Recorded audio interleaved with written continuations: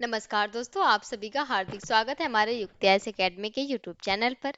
इस चैनल के माध्यम से हम आपको यूपीएससी, स्टेट पीसीएस और अन्य सभी प्रमुख सरकारी परीक्षाओं के लिए प्रतिदिन परीक्षा उपयोगी करंट अफेयर्स को एमसीक्यू के रूप में प्रस्तुत करते हैं। हमारा उद्देश्य है कि आपकी सिविल सेवा एवं अन्य प्रतियोगी परीक्षाओं की तैयारी और भी सरल, प्रभावी व लक्ष्य केंद्रित बन सके। तो इसी के साथ शुरू करते हैं अपने 17 अप्रैल के सवाल से। सवाल पूछा था हमने कि हाल ही में अप्रैल 2026 में हिम सरोवर परियोजना किस केंद्र शासित प्रदेश ने शुरू की गई। तो चार विकल्प है, जम्मू कश्मीर में, लद्दाख में, चंडीगढ़ में या फिर दिल्ली में। चार विकल्प दिए थे इसमें, जिनमें सही विकल्प हो जाएगा ये शुरू की गई थी लद्दाख में। हिम सरोवर परियोजना की अगर बात करें तो ये जो कि एक जल संरक्षण योजना है, जिसका उद्देश्य है कि बर्फ और ग्लेशियर के पिघले पानी को जमा करके पानी की कमी को दूर करना। इस परियोजना के तहत जो कि लेह और कारगिल में छोटे जलाशय बनाए जा रहे हैं, ताकि किसानों और स्थानीय लोगों को पूरे साल पानी मिल सके। अगला प्रश्न है कि हाल ही में आईपीएल में बतौर भारतीय ओपनर सबसे ज्यादा छक्के लगाने वाले का रिकॉर्ड किस खिलाड़ी ने बनाया। चार विकल्प दिए इसमें, रोहित शर्मा, केएल राहुल, विराट कोहली या फिर शिखर धवन ने। जिनमें सही विकल्प हो जाएगा विराट कोहली। विराट कोहली ने जो कि आईपीएल में बतौर भारतीय ओपनर सबसे ज्यादा छक्के लगाने का रिकॉर्ड बना दिया है, क्योंकि उन्होंने लखनऊ सुपर जायंट्स के खिलाफ मैच में यह उपलब्धि हासिल की है। और विराट ने जो कि ओपनर के रूप में 129 पारियों में 181 छक्के लगाए और केएल राहुल का रिकॉर्ड तोड़ दिया है। अगला प्रश्न देखते हैं। अगला प्रश्न है हमारा कि हाल ही में एडीबी ने वित्तीय वर्ष 2027 के लिए भारत की जीडीपी वृद्धि दर का अनुमान बढ़ाकर कितना किया है। चार विकल्प दिए हैं इसमें, जिनमें से 6.2%, 6.5% या फिर 6.9% या 7.5%। जिनमें सही विकल्प हो जाएगा 6.9%। एडीबी मतलब एशियाई विकास बैंक ने भारत की मजबूत अर्थव्यवस्था को देखते हुए वित्त वर्ष जो कि 2027 के लिए जीडीपी का ग्रोथ अनुमान जो कि बढ़ाकर 6.9 कर दिया है। एडीबी के अनुसार अगर देखें तो भारत में घरेलू मांग, निवेश और सरकारी खर्च बढ़ने से क्या है, अर्थव्यवस्था मजबूत बनी हुई है। अगला प्रश्न है कि हाल ही में भारत ने किस फसल के उत्पादन में 2040 तक आत्मनिर्भर बनने का लक्ष्य रखा है। तो चार विकल्प दिए इसमें, देखते हैं। जिनमें से है गेहूं, कोको, कपास या फिर गन्ना। तो सही विकल्प हो जाएगा इसमें से कोको,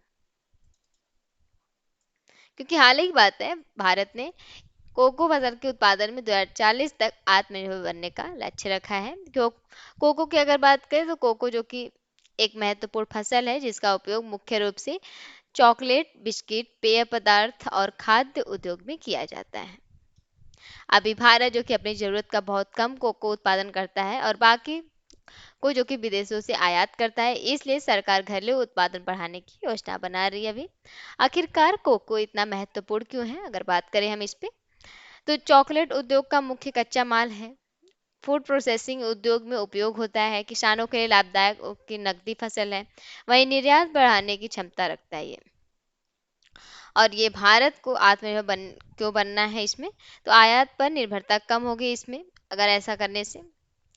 और वहीं किसानों की आय बढ़ेगी, मतलब अगर देश में कोको खेती बढ़ेगी तो किसानों को नया आय स्रोत मिलेगा। वहीं भारत हर साल बड़ी मात्रा में कोको आयात करता है। वहीं रोजगार के अवसर जैसे प्रोसेसिंग, पैकेजिंग और उद्योगों में रोजगार भी बढ़ेगा। देश अपनी जरूरत खुद पूरी कर सकेगा। ये सभी इनके जो कि इसलिए महत्वपूर्ण है ये भारत में। और भारत में अगर देखें कोको की खेती जो कि मुख्य रूप से कुछ राज्यों में होती है, जैसे कर्नाटक हो गया, केरला हो गया और तमिलनाडु। जहाँ पे भारत में कोको कहाँ उगाया जाता है अगर क्वेश्चन बने, तो कर्नाटक, केरल और तमिलनाडु। अगला प्रश्न है कि हाल ही में पूर्व प्रधानमंत्री चंद्रशेखर की 99वीं जयंती पर उन्हें किसने श्रद्धांजलि अर्पित की। चार विकल्प दिए इसमें, प्रधानमंत्री नरेंद्र मोदी ने, उपराष्ट्रपति सीपी राधाकृष्णन ने, राष्ट्रपति द्रौपदी मुर्मू ने या फिर गृह मंत्री अमित शाह ने। तो हाल ही की बात है, ये क्या है, उपराष्ट्रपति सीपी राधाकृष्णन ने। सही विकल्प हो जाएगा यहाँ से। ये 17 अप्रैल 2026 को जो कि प्रधानमंत्री चंद्रशेखर की 99वीं जयंती में भारत के उपराष्ट्रपति सीपी राधाकृष्णन ने और कहाँ किया, तो नई दिल्ली के जननायक स्थल पर उन्हें श्रद्धांजलि अर्पित की है। उन्होंने प्रार्थना सभा में जो कि भाग लिया और पुष्पांजलि अर्पित कर उनके योगदान को याद किया गया है। अगला प्रश्न है कि भारत न्यूजीलैंड मुक्त व्यापार समझौता का मुख्य उद्देश्य क्या है।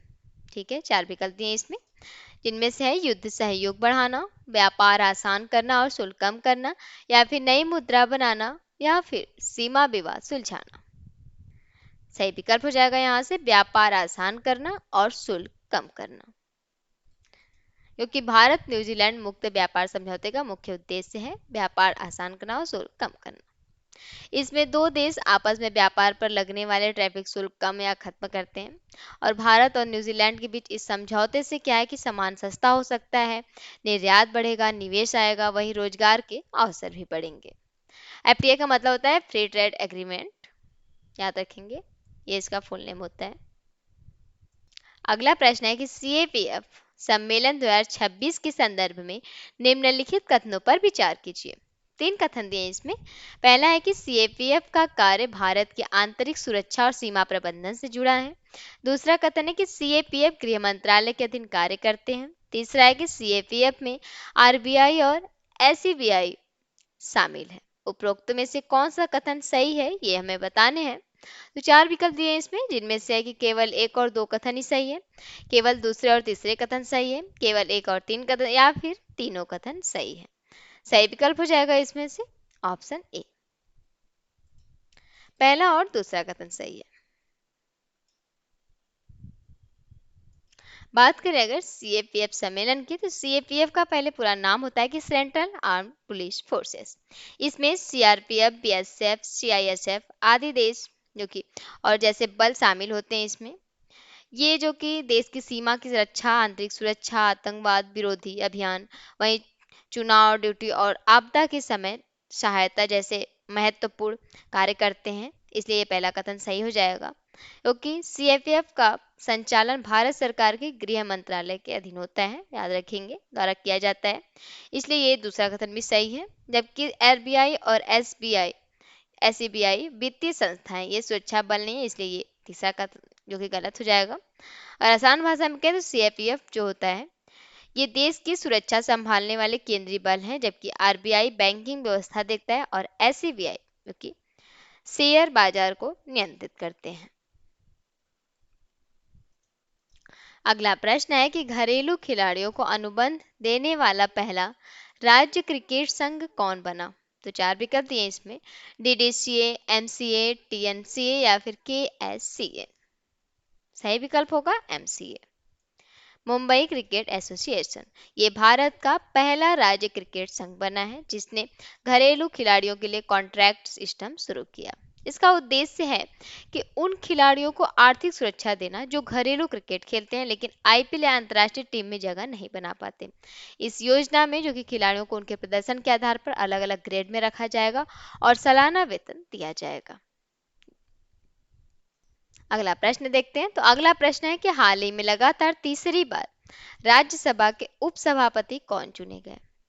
4 विकल्प हैं, जिनमें से हैं जगदीप धनखड़, जेपी नड्डा, हरिवंश नारायण सिंह, या फिर मल्लिका अर्जुन, जिसमें सही विकल्प होगा हरिवंश नारायण सिंह।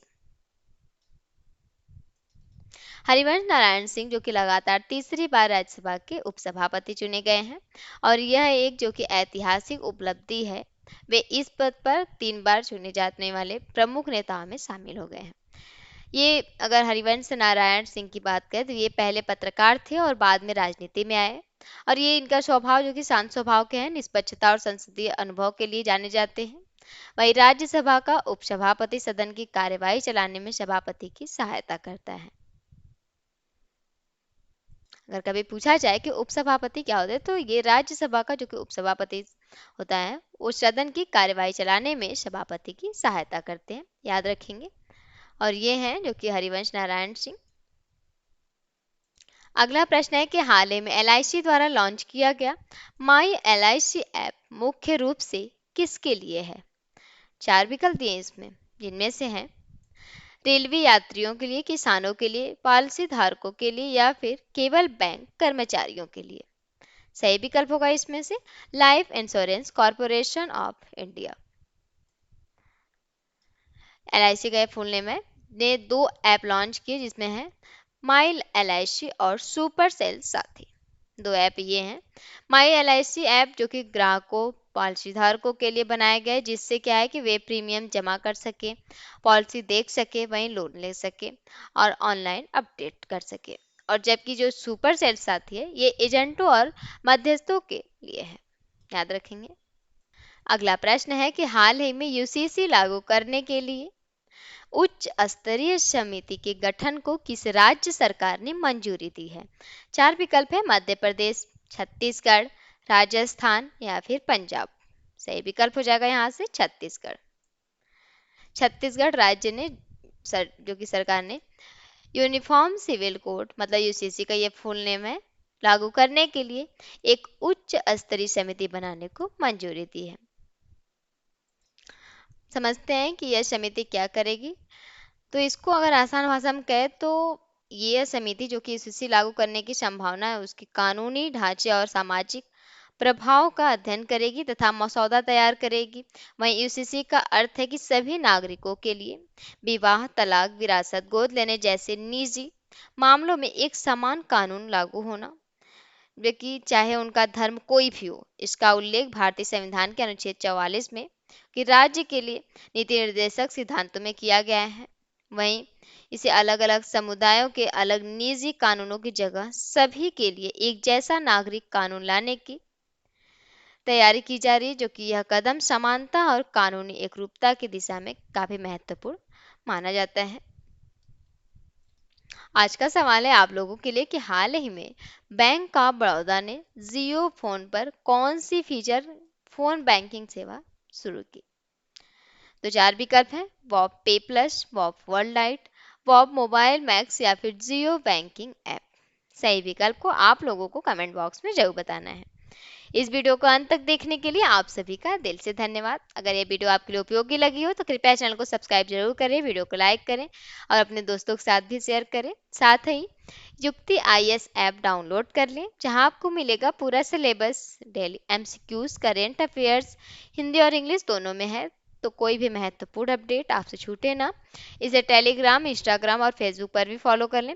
युक्ति आईएएस ऐप और सभी सोशल मीडिया के लिंक आपको वीडियो डिस्क्रिप्शन में मिल जाएंगे। आपकी सफलता ही हमारा संकल्प है। धन्यवाद।